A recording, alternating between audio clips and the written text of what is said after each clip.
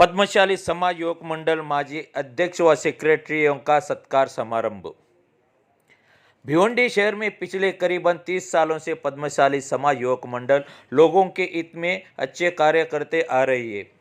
इसी को ध्यान में रखकर वासम राजेंद्र के मार्गदर्शन में मार्कंडेय महामुनि के जयंती के उपलक्ष्य में समाज बांधव व अन्य अतिथियों के शुभ हाथों से पद्मशाली समाज युवक मंडल माजी अध्यक्ष व माजी सेक्रेटरियों को प्रशस्ति पत्र भगवत गीता देकर सत्कार किया गया। इस अवसर पर अखिल पद्मशाली समाज अध्यक्ष हेमुल नरसैया, सेक्रेटरी राजू गाजेंगी, कार्याध्यक्ष कुंदन पुरुषोत्तम, भारतीय जनता पार्टी भिवंडी शहर जिला अध्यक्ष व नगर सेवक संतोष शेट्टी, नगर सेवक सुमित पाटिल, नगर सेवक वासु नाडार, माजी नगराध्यक्ष एस मल्लेशम, पामू मनोहर, ईश्वर आड़े, वेंगल नरेंद्र, श्रीनिवास बाले के साथ समाज बांधव बड़ी संख्या में उपस्थित होकर कार्यक्रम बड़े हर्षोल्लास के साथ संपन्न किया है। मार्कंडेय महामुनि जयंती के निमित्त हमारा पद्मशाली समाज के कुल देवता है, इसके लिए हम लोग पद्मशाली समाज युवक मंडल के तरफ से उनका पूजा अर्चना किया है। उसी तरह हमारे पद्मशाली समाज युवक मंडल के माजी अध्यक्ष और महासचिव सभी को हम लोग उनको सम्मान और सत्कार किया गया है। जयंती का शुभेच्छा और जितने दिशा में जमा ऐसे हमारे राजू आसम और सही में आज से 18 साल मेरे को हो गया स्थापना करके। जब पोवा पाठक होता था बदलामा का, उस टाइम बहुत से छेड़ होते थे। उस टाइम के बड़े लोग जितने भी समझ डॉक्टर बाबू है, उस टाइम जितने बड़े लोग ने कहा था आप यहाँ पे कुछ चालू करो, शाम को महिलाओं को थोड़ी हो। तो उस टाइम मुझे पहली बार मालूम पड़ा क्या मार्कंडेय जयंती और कुल देवता हमारे जिसमें नेतृत्व करते हैं, जिनका वजह से हम आज नगर से जिनके वजह से हम आगे बढ़ रहे हैं, उस समाज का कुल देवता जो भगवान मार्कंडेय के कि जब ये हॉल का उद्घाटन किया था तो मेरे को फिर बोले कि वही नाम देना चाहिए, मतलब वही नाम दिया। और आज जिम का लाइब्रेरी का जिस क्षेत्र से उनको माना जाता है उस क्षेत्र का आज मार्कंडेय जयंती मनाते टाइम जो लाइब्रेरी है उस लाइब्रेरी से कितनी यूपीएससी के लड़के बाहर निकले।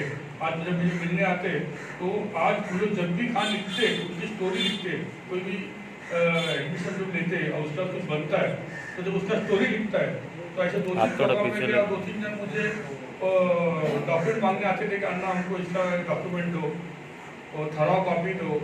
तो जब मालूम पड़ा कि कितने बच्चे हैं जब उनका अखबार लिखते हैं, उनका जो बायोडाटा लिखते हैं उसमें मार्कंडेय महामुनि वात्सल्य का नाम लिखते, उन लोग वहाँ पे मतलब अपना नाम भिवंडी का कहाँ से कहाँ जाता है।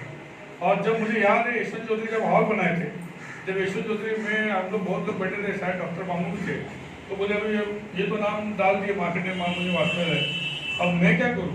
तो बोले आपका बच्चे का नाम डालूंगा, वो मुनि हॉल जो है ना, हॉल। तो मतलब ये कब मालूम पड़ता है जब समाज के लोग जब बैठते बात करते, जब मालूम पड़ता है कि जिस समाज का हम लोग नेतृत्व करते हैं उस समाज को जानना भी चाहिए। तो जब मालूम पड़ा कि मार्कंडेय भगवान के बाद उनका जो बेटा है उसी जो हॉल है वो भी बहुत बड़ा स्टोरी है। और हमारे डॉक्टर साहब आपने बहुत अच्छे ढंग से कम टाइम में एक अच्छा हमें उदाहरण दिया। और मैं समझता हूँ कि जहाँ भी आप अध्यक्ष साहब हो ये उदाहरण मालूम पड़ना चाहिए लोग। आज क्या है, भगवान क्या है, कुल देवता क्या है, तो आज हर समाज फिर बैठ जा रहा है। हमारा समाज भट्ट समाज है, हम भट्ट समाज में हम भट्ट कैसे आ गया है उसके बारे में बाकायदा हमारे समाज में हर जगह पे, जैसे भिवंडी भी चिंतना बिम्बा करके नाम दिया है, उसमें बच्चों को बुलाते और बताते हैं कहाँ से आए, कैसे आए, कि श्री कहाँ से लगा। तो बहुत जरूरी है आज के ज़माने में हम सब यंग जनरेशन बहुत जल्दी सीखते की बात ज़्यादा कोई जरूरत नहीं। अभी अगर मार्कंडेय महामुनि के बाद अगर आप टाइप करोगे गूगल में पूरी स्टोरी आती है। तो मैं समझता हूँ आप युवा के अध्यक्ष हो, आप इसका अगर अभी से जिम्मेदारी लोगे और गए 25 साल से देखो समाज कब बनता है। आज भी कितने समाज 50 साल हो गए छाता ऑफिस नहीं बैठने गए, लेकिन पद्मशाली समाज में बोले शंकर सेठ हो और उनकी पूरी टीम हो, अभी की पूरी टीम हो, इतना बड़ा हॉल बना है। आज युवा में डॉक्टर बाबू से लेके उमेश अन्ना तक जितने इन्होंने आज इतना बड़ा आज बैठने के लिए जगह बनाया, नहीं तो आपको और ढूंढना पड़ता। तो समाज वही स्ट्रांग रहता है, वही मजबूत है जो पहले खुद के लिए अपने समाज के लिए कुछ ना कुछ देता है। तो मैं समझता हूँ युवा में भी जो भी इसमें मैं अभी सुना कि हमारे ईश्वर बाबू भी इसके फाउंडर्स है, फाउंडर मेंबर है ईश्वर आडम। पामू आता रहता और गलती से फोन भी इससे करता था। तो आज सही में ये दोनों बड़े और यंग और बड़े ये दोनों समाज में मन से बहुत बहुत धन्यवाद करता हूँ कि आप लोग जैसे आज समाज के युवाओं को और हमारे बड़े शादी ब्याह में और काम आता है, इसलिए जितने भी इसमें थे उसको बहुत बहुत अभिनंदन। और भगवान से यही मैं दुआ मांगूंगा कि आज यहाँ में उनका नाटक लड़ते रहते, झगड़ा करते रहते, सागर समाज के लड़ते रहते, तो यहाँ में जो पौधा चाह रहा है तो उसको कुछ और ताकत के उल्टा कपड़ा का भाव मोदी जी ने सस्ता किया, शायद यहाँ भी खाना का कम होगा। तो फिर से यहाँ बुला के जो हमें हर साल राजेंद्र आश्रम में मान सम्मान देता है, उसके लिए बहुत बहुत धन्यवाद। जय हिंद, जय महाराष्ट्र।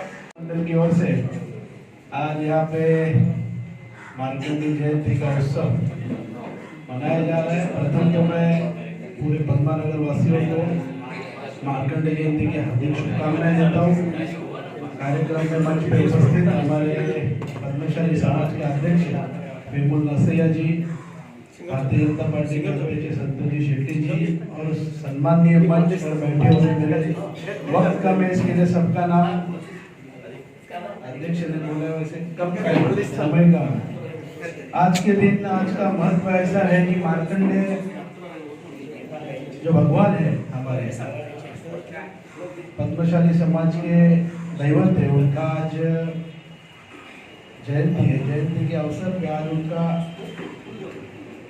पुराण में ऐसे लिखा गया है कि उनको भगवान की तरफ से अल्प आयु हुई। उन्होंने इतनी तपश्चर्या की कि उनकी आयु सिर्फ 12 साल की। उनकी तपश्चर्या पे भगवान कृष्ण ने आज उनको पुनर्जन्म मतलब चिरंजीवी मतलब अमर रहने का उनको वरदान दिया। आज के दिन उनकी इसके लिए जयंती मनाई जाती है। तो मैं सभी पद्मानगर वासियों को मेरी तरफ से, माननीय खासदार कपिल पटेल जी की तरफ से इस जयंती की हार्दिक शुभकामनाएं देता हूँ। आने वाले समय में ऐसे ही पद्मानगर में मार्कंडेय भगवान का आशीर्वाद बना रहेगा और ऐसे ही पूरा पद्मशाली समाज एकजुट रह के समाज का काम करने में सक्षम ऐसे रहेगा। उसके लिए जो भी हमारे तरफ से बन सकता है, हम आपके लिए तन मन धन से इधर पद्मानगर में खड़े हैं और हमेशा आपके साथ में रहेंगे। इतना ही बोल के आज के दिन मेरे में 2 शब्द समाप्त करता हूँ। जय हिंद, जय महाराष्ट्र। माघ शुद्ध तदिया की एक पर्व दिन है। सिर्फ पद्मशाली समाज के लिए ही नहीं है, ये सृष्टि का एक अच्छा लड़के को जन्म दिया भावना ऋषि ने। उसने धागा बनाया, हम सब आज वस्त्र बना रहे, वस्त्र पहन रहे। तो मार्कंडेय महर्षि 12 साल की उम्र में ही तपस्या करके शिव से वरदान लिया, वो अमर रहा। तो पद्मशाली समाज उनकी वंशज है। भृगु महर्षि से लेके जब सृष्टि निर्माण हुआ उस टाइम में कोई समाज नहीं था, सिर्फ ये जो पद्मशाली जो है कुल नहीं है सर। पद्म मीन्स ये जो सृष्टि का निर्माण हुआ है कि विष्णु भगवान ने कि दूध का जो समुद्र है तो उसके ऊपर सोया था। तो उनको विचार आया कि मैं एक नाटक बनाऊं, उसका नाम था सृष्टि नाटक। तभी उसने संकल्प किया तो उनके नाभि में से एक कमल का पुष्प निकला, जैसे भारतीय जनता पार्टी का निशान है, कमल का पुष्प निकला है ना। तो उसने संकल्प किया तो उस पुष्प में से कि ब्रह्मा का जन्म हुआ और ब्रह्मा ने एक संकल्प लिया। उनके कान में से भृगु करके एक आवाज आया, तो उस आवाज में से भृगु महर्षि का जन्म हुआ और भृगु महर्षि के माध्यम से मृकंडा महर्षि का जन्म हुआ। मृकंडा महर्षि के संतान नहीं था, उसने तपस्या किया तो शिव भगवान ने उनको वरदान ऐसा दिया कि एक दुर्मार्ग यानी चरित्रहीन 100 साल का लड़का चाहिए या 12 साल का एक अच्छा लड़का चाहिए। वो बोला है कि 100 साल का लड़का क्या करने का, वो तो दुष्ट दुर्मार्ग को अच्छा लड़का चाहिए। तो उसने 12 साल का लड़के को मांगा। जब 12 साल का लड़का को उसने जन्म दिया तो उसके अंतिम की समय आया तो माँ बाप दोनों रो रहा था। तो मार्कंडेय महर्षि ने पूछा आप लोग क्यों रो रहे हैं? तो बेटा आज अभी अगले हफ्ता तुम्हारा अंतिम दिन है। बोलता ऐसा कैसा, इंसान के लिए तो 100 साल का दिन था, तो मुझे 100 साल क्यों नहीं है? तो शिव भगवान की वो स्टोरी उनको बताया गया। तभी बोला कि नहीं, मैं तो भगवान से लड़ूंगा और मैं इस वरदान लेके आ जाऊंगा। तो उसने कि जैसे रेती से शिवलिंग बनाया और शिवलिंग को सामने साक्षात्कार रख के उसने तपस्या किया। तो उस दिन अंतिम दिन था, यमराज ने उनके यमकिंकरों को, उनके असिस्टेंट को भेजा था, लेकिन उनसे नहीं हो रहा था। उधर एक अग्नि कुंड दिख रहा था। फिर बाद में खुद यमराज को आना पड़ा। उसने वो यमपाश, जैसे वो आप लोग स्टेच्यू में देखते हैं मार्केंडे मंदिर में, वो यमपाश डाला तो ऐसा खींच रहा तो पूरा कले कैलाश हिल रहा था। तो माता पार्वती ने पूछती आज क्या हो रहा है, कि मेरे भक्त मार्केंडे का आज अंतिम दिन है और वो यमराज ने उनको लेने के लिए आया। तो बोलती है कि अरे इतना बालक को क्यों उठा रहे। तो उस तपशक्ति में वहां शिव भगवान ने वहां प्रकट हुआ और यमराज को बोलता है आप रुको। तो यमराज बोलता है मेरा काम मैं कर रहा हूँ, आपने तो बोला मेरा ड्यूटी करने के लिए। तभी शिव भगवान ने उनको शांत करके इस मार्कंडेय महामुनि को उसने आशीर्वाद दिया कि आप 12 साल ही रहेंगे जीवन पर, लेकिन आप अमर रहेंगे। तो इसने सोचा कि भाई मैं 12 साल में शादी नहीं कर सकता हूँ।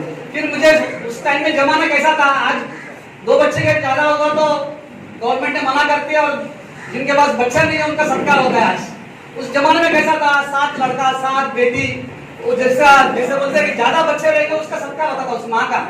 तो उस मार्कंडेय महामुनि ने सोचा कि मुझे भी लड़का संतान चाहिए। तो उसने यज्ञ किया था और ये पंचभूतों की साक्षात्कार से किया करके एक लड़का का जन्म हुआ। उसका नाम है पंचमहाऋषि। हिस्ट्री में उसका नाम